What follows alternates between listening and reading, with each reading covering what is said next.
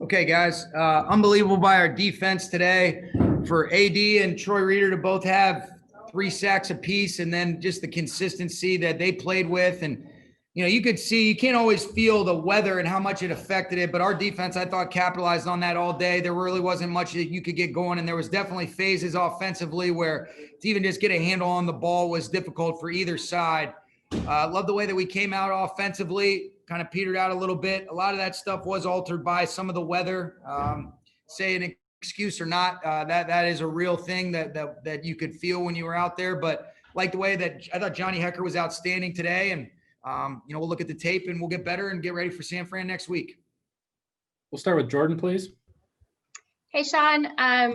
That first Aaron Donald sack on Kyle Allen, is that when you kind of start to feel from the sideline him go into quote unquote game wrecker mode?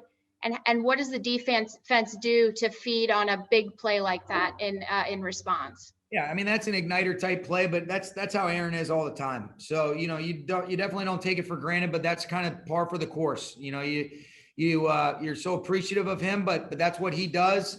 He changes the game week in and week out. And, today was no different than the norm for him. And then, sorry if I could follow up, when Alex Smith came in, and not the first sack, but the second sack, it almost looked like Aaron had his arms locked down and tried to keep him standing up. Is that something that defensive players do when they know sort of the history of a player such as Alex? And I know a couple years back it happened with Aaron Rodgers after the collarbone as well. I mean, I think there's a mutual respect that the players have, but also, because of some of the rules, they had just stopped forward progress. They had blown the whistle dead there. So I know the kind of character Aaron has. He's going to compete hard and smart, but within the rules and everything. And I think the respect that these players have for each other mutually is demonstrated by stuff like that. But that was also one of those where forward momentum was stopped and they kind of blew it dead. And that was smart by Aaron there. Lindsay? Sean, what was that moment like when Alex Smith went in at quarterback?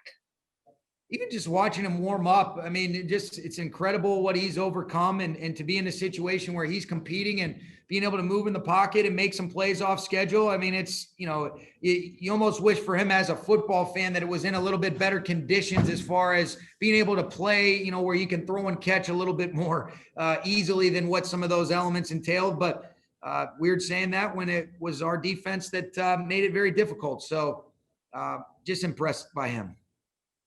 And obviously you want to see your defense capitalize on moments, but were you holding your breath at all when Aaron got him on that first sack when he went down? Yeah, I mean, you don't want to ever see a guy get injured. So, I mean, those are things that I hate seeing injuries anyways, but especially when you look at something that this guy has overcome to even be in that position. So, just the respect is through the roof. And I mean, I'm just so impressed with him. Nick? Hey, Coach, can you talk a little bit about Darrell Henderson's play today? Seemed like he really found his rhythm, got his first career receiving touchdown. Just what are your thoughts on his play? Yeah, it'll be interesting to go back and look at this film because it was really an interesting dynamic just based on the way we came out, scored on our first 3 drives, went into a little bit of a lull at the end of the half. And then, some of the weather and different things like that made us a little bit more limited with the play selection. But I did think that once it started to slow down rain-wise, that was the drive that Darrell had a couple tough runs, ended up being able to finish it to get us to 30-10. And that was a great little option route that he ran where he broke somebody off inside, and it was a big-time play. I thought Darrell was the star of that drive for sure that, we needed. It was just to be able to, we were a little bit different in terms of calling it in the normal rhythm and routine. It's always about winning the football game, but that was a sequence there that I thought was important. We capitalized on some good field position. We hit Josh Reynolds on the big play there, and it was good to be able to end the day offensively like that after there was a lot of positives and a lot of things that we can get cleaned up. Kevin? Sean, Jared Goff had, I guess, his 4th straight really sharp day, including some deep balls. He also was 0 for 1 on spike attempts. What did you see from him today? Yeah, we did that because of Gary's question earlier in the week so that I don't have to listen to that anymore. So that was, we've been calling some of those, but now Gary can't ask me that and say we're not throwing it down the field anymore. But I thought Jared made some big time throws. The one to Robert Woods was huge. And then, to his credit, here's the thing that I'm going to say because of the expectation standards. He played really well, and we can't have those end of the half sequences. he's better than that. He knows. What I love the most is the way he's able to respond from that. But being able to miss a couple of those opportunities and then turning it over, he's playing too good to have those things come in. And that's where you start saying, hey, the expectations that we have for you, all right, you see what a fine line it is between playing an outstanding game and then having a sequence that we can't have in some of these tighter games. Did you see his slapstick moment trying to spike the ball after his touchdown run? Oh yeah, I saw it. It slipped right out of his hand. That'll definitely be on the highlights that we'll get after him pretty good. I did see that. I was just so excited that we ran it in and scored that those things kind of just erased. But when you bring it up, I do remember watching the terrible spike attempt. Thanks. It slipped right out of his hand. We'll go Gary, Eric, and then Kurt, please. Sean, can you take us through that the long pass to Robert Woods? What went into that call, and yeah, just take us through that. And how good was it to complete some big plays like that? Weekly press conferences from a guy that's watching us hard and said we didn't throw it down the field. So I said, you know what, I'm going to put this play in for Gary Klein.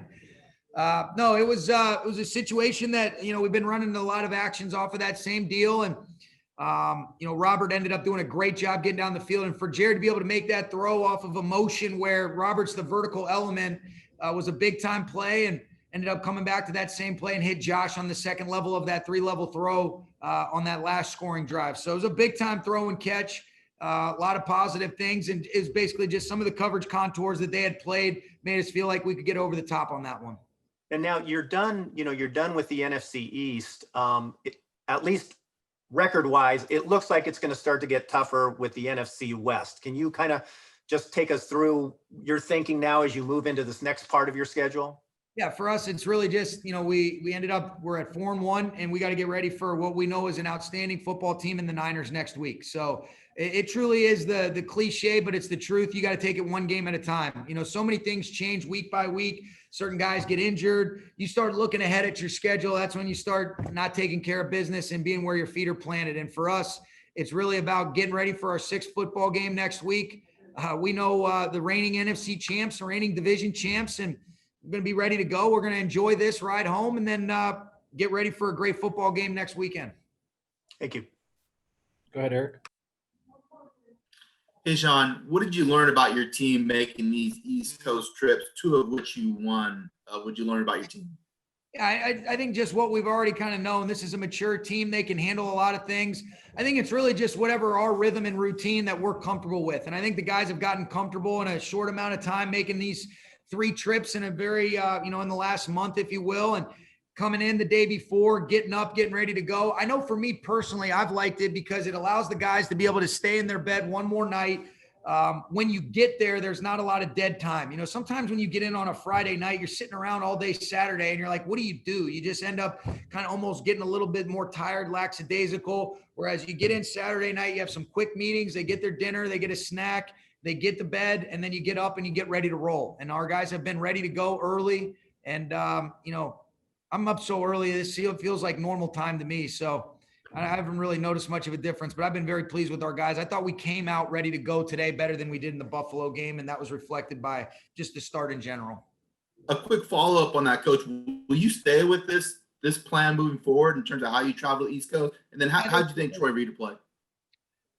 So Troy Reeder was outstanding. You could really see. Did you ask about Troy at the end? I'm sorry for cutting you off.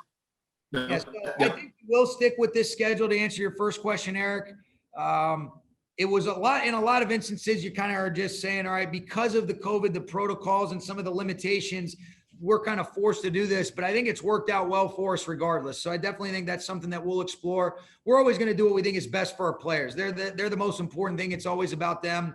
And getting their feedback is very important to me. And I think they've enjoyed this up to this point as far as how we've traveled, even when you're going a couple time zone changes. As far as Troy Reeder, he was outstanding. Did a great job stepping in, running the show.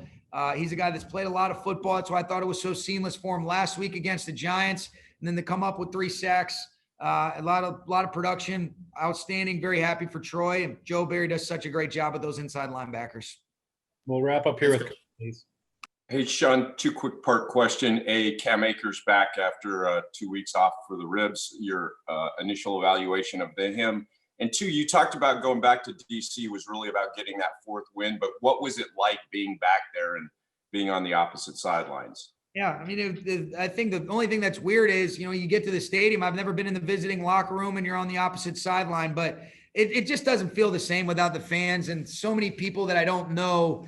I mean, there's still some really special people to me that are here, but it's we got more people that were with me that we were together in Washington in our coach's locker room than are still left. So it was great to get our win. It was great to get a win. I mean, even the players, I know such a small amount of these guys, and really happy to be able to just get that done. And then what was the first part of your question, Kurt? Cam Akers back. He was great. I thought he had a couple tough runs, and then he got hawked by Montez Sweat. So I'm not going to let him live that one down. That was a great run, be able to get that going. And then you see a 4.4 DN. That looked like a big freaking impressive guy chasing him. So, but he was good. I think it was good to get him going again. You see the athleticism, you see the dynamic run ability, and I thought he created on his own a little bit. Had some good tough runs, and it's a good way to get Cam going. So I think you can expect his workload to increase next week against the Niners. Thank you. Okay. Thank you, guys.